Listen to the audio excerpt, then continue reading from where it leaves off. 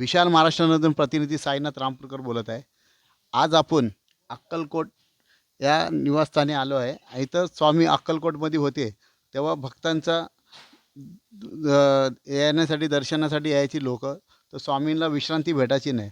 तर स्वामी हा बागेहल्लीमध्ये येऊन इथं विश्रांती करायचे.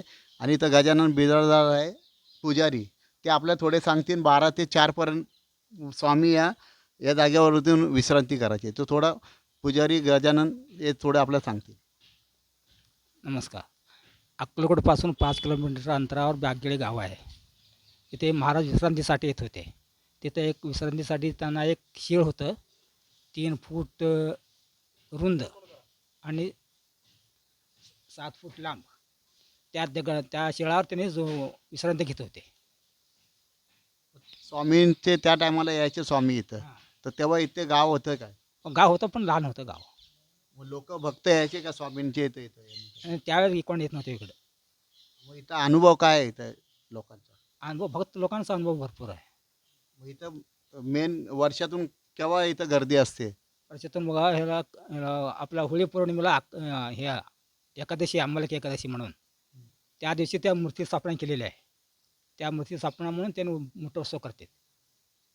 पुणे मुंबई म्हणा कुठले भक्त लोकांनी. स्वामींचा इथं आवार होता असं, म्हणजे फक्त विश्रांतीसाठी जायचे. मग किती टाइम करायची विश्रांती? विश्रांती 12 ते 4 वाजेपर्यंत. दुपारी 12 ते संध्याकाळी 4 वाजेपर्यंत. हे कोणाला माहिती पडलं असं स्वामी इथे इथे येऊन विश्रांती करायची? म्हणजे बकरमध्ये सापडले भक्त लोकांना, बकर वाचून इथं स्थापना केली त्यांनी पादुका. आपल्या गावातल्या लोकांना सुद्धा माहीत नव्हते तर महाराज यायचे येऊन बसत होते म्हणून. बकर कितवा नंबरमध्ये हे दिलेलं? ते बकर 22 नंबरवर आहे. म्हणजे लोकांना कळला पाहिजे ना किती नंबरवरती आहे ते. नंबर 22 आहे.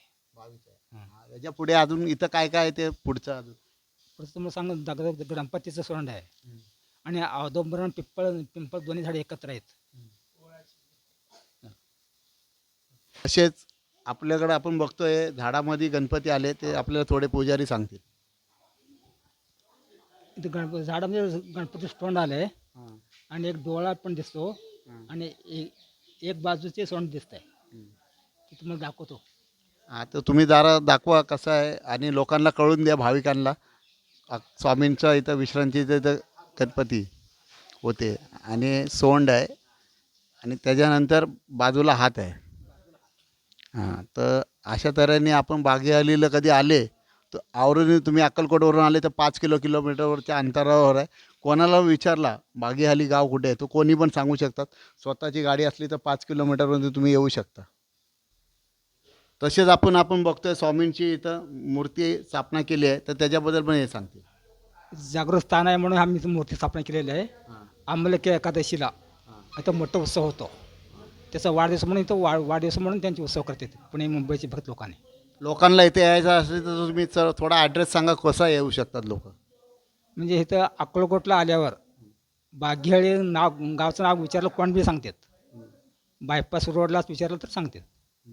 इथून किती किलोमीटर आहे? इथून 5 किलोमीटर. 5 किलोमीटर. हां.